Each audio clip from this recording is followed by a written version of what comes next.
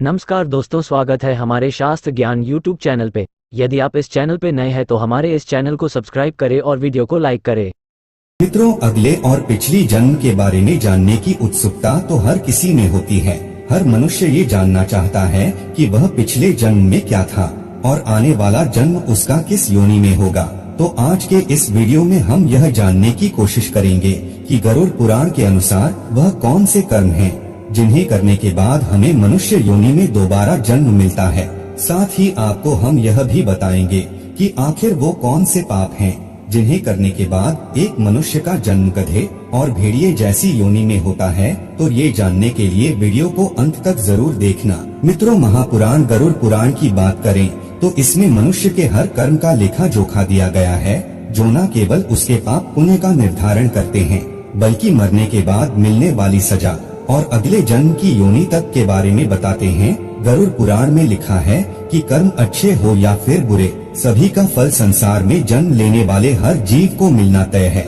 मनुष्य का अधिकार केवल कर्म करना है, फल देना परमात्मा का अधिकार है। यही नहीं, गरुड़ पुराण के अनुसार मनुष्य अगले जन्म में किस योनि में जन्म लेगा यह भी उसकी मृत्यु से पहले ही तय होता है, और यह तय होता मनुष्य द्वारा किए गए कर्मों के आधार पर। तो चलिए सबसे पहले ये जान लेते हैं कि किन कर्मों को करने पर कौन सी योनि में जन्म मिलता है।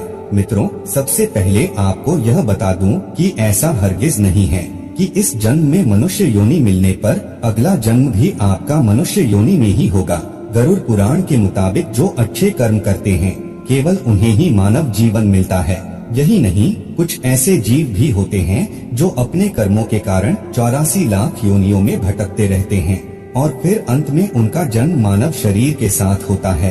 गरुड़ पुराण में लिखी एक कथा के अनुसार एक बार महर्षि वेदव्यास से ऋषियों ने पूछा कि किस कर्म से कौन सी योनि में जन्म मिलता है। तब उन्होंने ऋषियों को इसकी विस्तार पूर्वक जानकारी दी।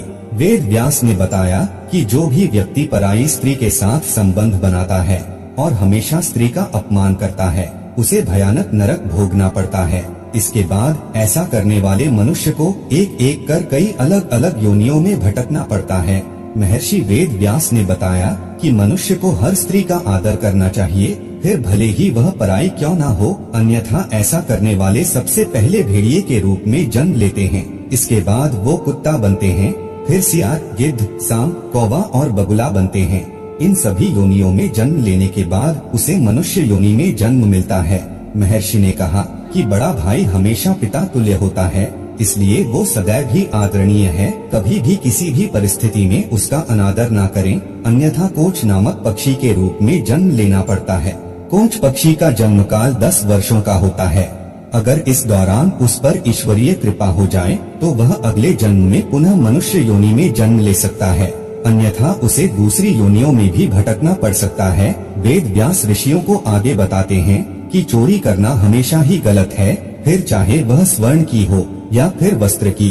चोरी हमेशा ही पाप होती है और चोरी करने वाले मनुष्य को इसका परिणाम भी अगले जीवन में भुगतना ही पड़ता है। उन्होंने कहा कि अगर कोई व्यक्ति वस्त्रों की चोरी करता है तो वो अगले जन्म में तोता बनता है, और अगर व्यक्ति ने सुगंधित पदार्थ की चोरी की होती है तो वो अगले जन्म में छछूंदर के रूप में जन्म लेता है। इसलिए मित्रों, कैसी भी परिस्थिति में की गई चोरी को सही नहीं ठहराया जा सकता और ऐसा करने वाले को इसके गंभीर परिणाम भुगतने पड़ सकते हैं। महर्षि आगे बताते हैं कि अगर कोई व्यक्ति किसी की हत्या कर देता है या फिर कोई दूसरा जघन्य अपराध करता है तो ऐसा करने पर उसका अगला जन्म गधे की योनि में होता है। इस बीच एक ऋषि महर्षि से सवाल करता है कि मनुष्य योनि में जन्म लेने के लिए कौन से कर्म करने पड़ते हैं। तो इस पर वेदव्यास जी कहते हैं कि गरुड़ पुराण में लिखा गया है कि वैसे तो 84 लाख योनियों में जन्म लेने के बाद ही किसी को मनुष्य योनि में जन्म मिलता है, लेकिन अगर कोई मनुष्य अच्छे कर्म करे तो अगला जन्म भी उसे मनुष्य योनि में मिल सकता है। जो व्यक्ति सदैव दूसरों की मदद करता है, पशु पक्षी और अन्य जीवों पर दया करता है, जरूरतमंदों की मदद करता है और बिना किसी स्वार्थ के संचित धन का उपयोग धार्मिक कार्यों के लिए करता है, तो ऐसे व्यक्ति का अगला जन्म भी मनुष्य योनि में होना तय है। मित्रों, इसके अलावा गरुड़ पुराण में यह भी बताया गया है कि मनुष्य के अंतिम समय में मनुष्य की आसक्ति जिस चीज की ओर होती है उसका अगला जन्म भी उसी पर निर्भर करता है। यदि कोई व्यक्ति मृत्यु के अंतिम क्षण में किसी स्त्री को याद करते हुए प्राण त्याग देता है तो उसके अगले जन्म में उसका स्त्री बनना निश्चित है। अंतिम क्षण में ईश्वर का नाम लेता है तो वो मुक्ति के मार्ग पर अग्रसर हो जाता है। यानी मृत्यु के अंतिम क्षण का विचार उसके अगले जन्म का आधार बनता है।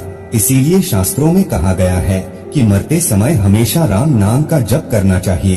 तो मित्रों, आज के इस वीडियो में बस इतना ही। आपको यह वीडियो कैसी लगी हमें कमेंट करके जरूर बताएं। इसके साथ ही मुझे दे इजाजत, मैं फिर लौटूंगा ऐसी ही एक और आध्यात्मिक जानकारी के साथ। धन्यवाद।